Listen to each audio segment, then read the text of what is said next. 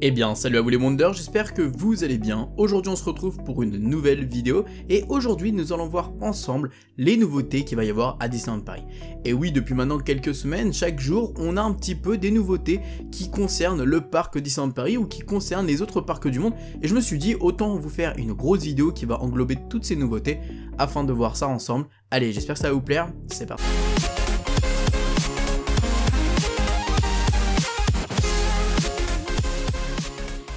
J'espère d'ailleurs que ce cadre vous plaît et que ça change un peu d'habitude, une autre ambiance.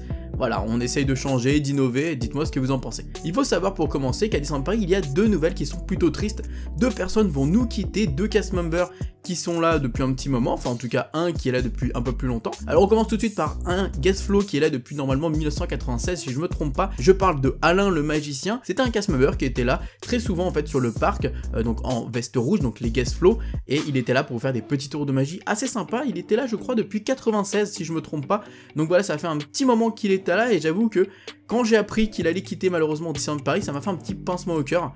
Voilà, c'est ce genre de personnes qui, en plus de faire leur métier, rajoutaient quelque chose de plus qui faisait que d'un vous avez la magie Disney et en plus vous avez la magie de sa magie à lui, et c'était vraiment sympathique comme moment quand il venait nous voir. Deuxième personne qui nous quitte malheureusement, c'est Johanna Afonso Santiago. Donc si vous voulez, c'est l'ambassadrice de Disneyland Paris qui nous quitte après plus d'1 an. Donc alors que Johanna, lui, continue son aventure tout seul pour 1 an supplémentaire. Et oui, il faut savoir que tous les ambassadeurs de Disney ont été renouvelés pour 1 an supplémentaire. Malheureusement, Johanna, elle, a décidé d'arrêter là. Donc voilà, c'est légitime de sa part, ça fait maintenant plus d'1 an qu'elle était là. Après tout ce qui s'est passé, elle s'est peut-être dit que voilà, c'était le moment peut-être d'aller faire autre chose. Donc du coup, il nous restera plus que Jonah qui restera tout seul. Ils vont pas, je pense, recruter quelqu'un pour combler le vide. Donc voilà, on n'aura qu'un seul ambassadeur. Et ça, c'est très bien parce qu'il est très agréable et très sympathique. On va s'intéresser un petit peu aux États-Unis.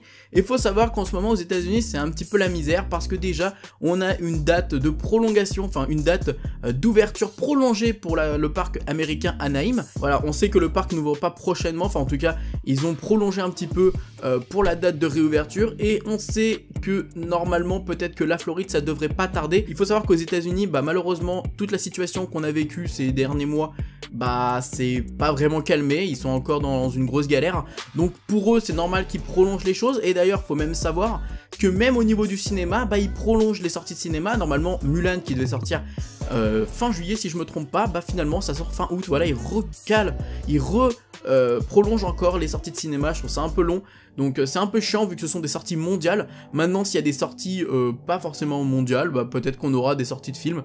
Bon, en tout cas pour les films français évidemment, on n'aura pas besoin d'attendre. Il faut savoir que d'ailleurs vous êtes nombreux à me demander par rapport aux hôtels, comment ça se passe pour les hôtels. Je vous ai déjà donné les dates de réouverture de certains hôtels dans ma dernière vidéo pour la réouverture du parc. Et il faut savoir également que les hôtels partenaires tels que le Dream Castle et le Magic Circus, eux réouvrent le 15 juillet. Donc voilà, si vous voulez dès votre première journée aller sur le parc et profiter justement d'une nuit dans un des hôtels partenaires, vous pourrez, ils seront ouverts et à disposition pour vous. D'ailleurs en parlant de réservation d'hôtel, il faut savoir que les passeports annuels qui décident de réserver une nuit dans un hôtel avec une nuit sèche, eh bien malheureusement ça vous donnera pas accès en fait au parc. Il faudra quand même passer par la plateforme qui vous permettra de faire des réservations directement pour aller faire une journée sur le parc. Donc je vous avoue que c'est très compliqué en tout cas de prévoir, et pour ceux qui n'étaient pas au courant, désolé, vous êtes peut-être fait avoir, et je pense que c'est bien dommage de ne pas être au courant de ce genre d'informations. Et d'ailleurs, Disneyland Paris a annoncé maintenant qu'il y aura une plateforme effectivement pour les passeports annuels. Donc on a eu pas mal de petites informations concernant les réservations des passeports annuels. Donc dans un premier temps, pour les passeports annuels, comment ça va se passer? Vous allez avoir évidemment la plateforme qui va être accessible.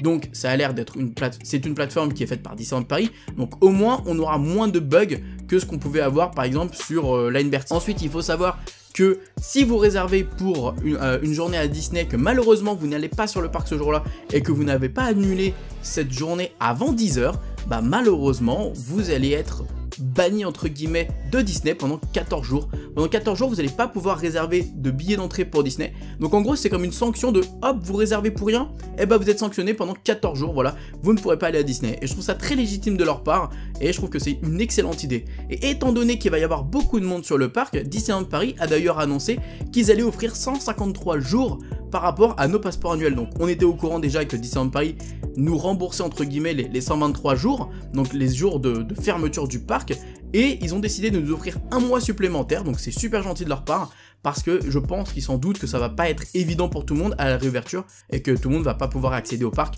comme le souhaiterait. Donc au moins voilà, ils décident de faire pendant un mois offert, comme ça au moins bah, les gens ne râleront pas pour rien, donc c'est pas plus mal. Je trouve que c'est une excellente idée pour assouplir les choses. D'ailleurs, comme je vous avais expliqué, la capacité d'entrée du parc, dans ma première vidéo, je vous avais annoncé 12 000 personnes, ensuite il y a eu des échos pour 25 000 personnes, voilà, il y a des échos de partout, normalement ça devrait se passer dans les alentours de 12 000 personnes pour les premiers jours, et chaque semaine il devrait un petit peu augmenter les flux d'entrée dans le parc pour au moins, voilà, essayer de faire en sorte qu'il y ait au fur et à mesure plus de personnes qui peuvent accéder sur le parc. En tout cas, voilà, c'est des infos que j'ai. Maintenant, est-ce qu'ils vont décider de réouvrir au fur et à mesure? Est-ce qu'ils vont tout de suite réouvrir? Je sais pas, mais en tout cas, voilà, c'est l'idée de base, 12 000, puis ils vont ouvrir au fur et à mesure. Donc au moins, ça permettra pour les semaines suivantes de pouvoir accéder sur le parc avec beaucoup plus de monde. Et j'espère que vous respecterez les gestes barrières. D'ailleurs, pour les passeports annuels, il faut savoir que les billets amis seront également disponibles. Vous êtes nombreux à me poser la question, est-ce que je pourrais profiter de mes billets amis? Comment ça va se passer? Oui, vous pourrez profiter de vos billets amis. Il faudra juste téléphoner à la centrale par téléphone, et tout ça se passera par téléphone. Évidemment, il faudra réserver 2 semaines à l'avance, parce qu'en plus de ça, parce qu'il faut compter évidemment l'envoi par la poste, évidemment vous allez les recevoir par la poste.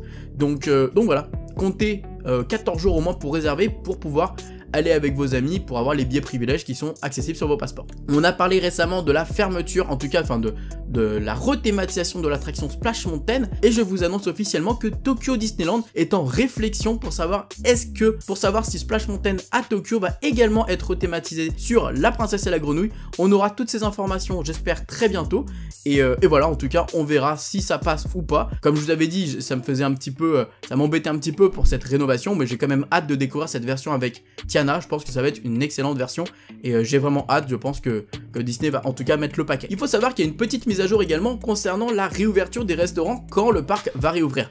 On a quelques informations, je vais vous tenir au courant tout de suite. Donc le Walt, le Toad Hall et le Fuente del Ojo qui n'ont pas de date d'ouverture pour le moment. Pour le moment, pour ces 3 restaurants, on n'a pas de date d'ouverture, voilà. En tout cas, pour le Fuente del Ojo, je vous avoue, je suis pas très déçu, c'est pas mon resto préféré. Par contre, le Toad Hall et le Walt, j'avoue un petit peu, parce que le Walt, ça fait un petit moment qu'il est fermé, et on avait bien envie de le faire avec Fab et Léa, donc j'avoue, je suis un petit peu embêté. Ensuite, au niveau des restaurants, le Silver Spur Steakhouse et le Last Chance Café ne reviendront pas avant août. Donc voilà, pour ces deux-là, ceux qui sont en tout cas, donc du coup, à Frontierland, on devra attendre un petit peu. Donc j'imagine que le Lucky Nugget sera ouvert par contre, donc c'est un des meilleurs, je trouve, de Frontierland, et le Cowboy Cookout, j'imagine aussi. Et par contre, l'auberge de Cendrillon ne rouvrira pas avant septembre. Et oui, évidemment, vu que le but de l'auberge de Cendrillon, c'est la rencontre avec les princesses, s'il n'y a pas de princesse, s'il n'y a pas de rencontre avec les personnages, peut-être que les gens vont être déçus et ne trouveront pas le prix justifiable. Et je les comprends évidemment, parce que dans le prix, il y a la prestation avec les princesses. Donc c'est normal que le restaurant n'ouvre pas tout de suite et qu'ils devront attendre un petit peu. Il faut savoir d'ailleurs, depuis le début de la semaine, que les extensions, en tout cas pour les parcs Walt Disney Studios, ont repris de plus belle. Voilà, on a vraiment hâte de découvrir tout ça, de découvrir ce land de Marvel, les lands Star Wars et le land Frozen. Voilà, je pense que tout le monde a hâte. En tout cas, il faut savoir que ça a repris cette semaine. Les grues étaient en activité. Je vous ai parlé tout à l'heure de Tokyo Disneyland, et oui, effectivement, j'ai oublié de vous mentionner que ça y est, on a la date de réouverture du parc. C'est cette semaine, c'est le 1er juillet.